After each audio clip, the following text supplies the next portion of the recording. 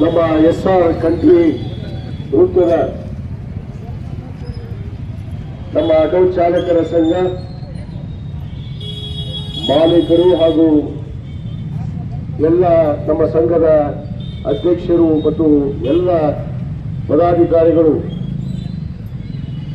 ಪ್ರತಿ ವರ್ಷದಂತೆ ಈ ವರ್ಷವೂ ಕೂಡ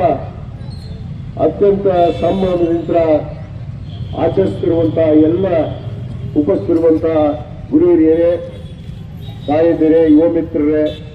ವಿದ್ಯಾರ್ಥಿನಿಯರೇ ಹಾಗೂ ಎಲ್ಲ ಮಾಧ್ಯಮದ ಸ್ನೇಹಿತರೆ, ಎಲ್ಲರಿಗೂ ಕೂಡ 76ನೇ ಗಣರಾಜ್ಯೋತ್ಸವದ ಶುಭಾಶಯಗಳನ್ನು ನಾನು ಮೊದಲು ಕೂಡ ಇಚ್ಛೆಪಡುತ್ತೇನೆ. ಬಂಧುಗಳೇ, ಪವಿತ್ರವಾದ ಗ್ರಂಥ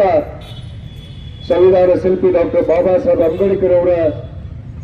ಒಂದು ಕೊಡುಗೆಯಾಗಿ ಕೊಟ್ಟಿರುವಂತಹ ಈ ಸಂವಿಧಾನದ ಅಡಿಯಲ್ಲಿ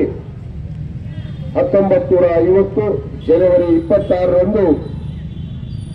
ನಮಗೆ ನಾವೇ ಅರ್ಪಿಸಿಕೊಂಡು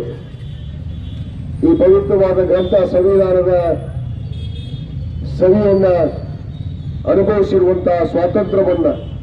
ಪ್ರಜಾಪ್ರಭುತ್ವ, ಜನರಿಗಾಗಿ, ಜನರಿಗೋಸ್ಕರ, ಜನರಿಗಾಗಿ ಒಂದು ಸಂವಿಧಾನದ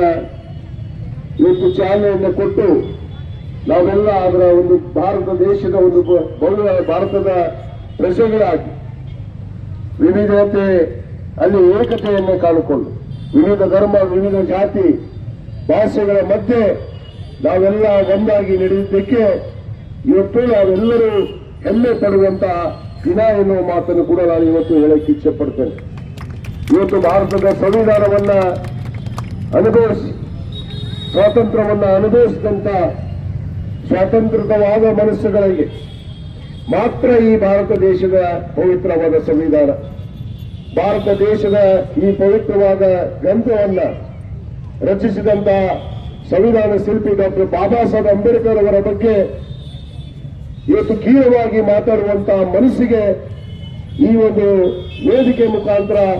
ನಾನು ಧಿಕ್ಕರಿಸ್ತೇನೆ, ಖಂಡಿಸ್ತೇನೆ ಅನ್ನೋ ಮಾತನ್ನು ಕೂಡ ನಾನು ಈ ಸಂದರ್ಭದಲ್ಲಿ ಹೇಳಕ್ಕೆ ಇಚ್ಛೆ ಪಡ್ತೇನೆ. ಯಾಕಂದ್ರೆ ಸ್ವಾತಂತ್ರ್ಯ ಇದು ಕೊಡುಗೆಯಾಗಿ ಬಂದಿರುವಂತದ್ದು. ಅನೇಕ ನಮ್ಮ ಪೂರ್ವಜರು, ದಿಗ್ಗಜರು, ಮಹಾತ್ಮರು ಈ ಸ್ವಾತಂತ್ರ್ಯವನ್ನ ನಮಗೆ ತಂದುಕೊಟ್ಟು ತ್ಯಾಗ ಮತ್ತು ಬಲಿದಾನದಿಂದ ಇವತ್ತು ಅನೇಕ ಜನ ಏನು ಹುತಾತ್ಮರಾಗಿದ್ದಾರೆ. ಈ ಸ್ವಾತಂತ್ರ್ಯವನ್ನು ತಂದುಕೊಟ್ಟಂತ ಆ ದಿಗ್ಗಜರಿಗೆ, ಪೂರ್ವಜರಿಗೆ, ಮಹಾತ್ಮರಿಗೆ ಈ ಒಂದು ವೇದಿಕೆ ಮುಖಾಂತರ ಅವರಿಗೆ ನಾನು ಹೃದಯಪೂರ್ವಕವಾದ ಧನ್ಯವಾದಗಳನ್ನು ಕೂಡ ನಾನು ಅರ್ಪಿಸ್ತೇನೆ.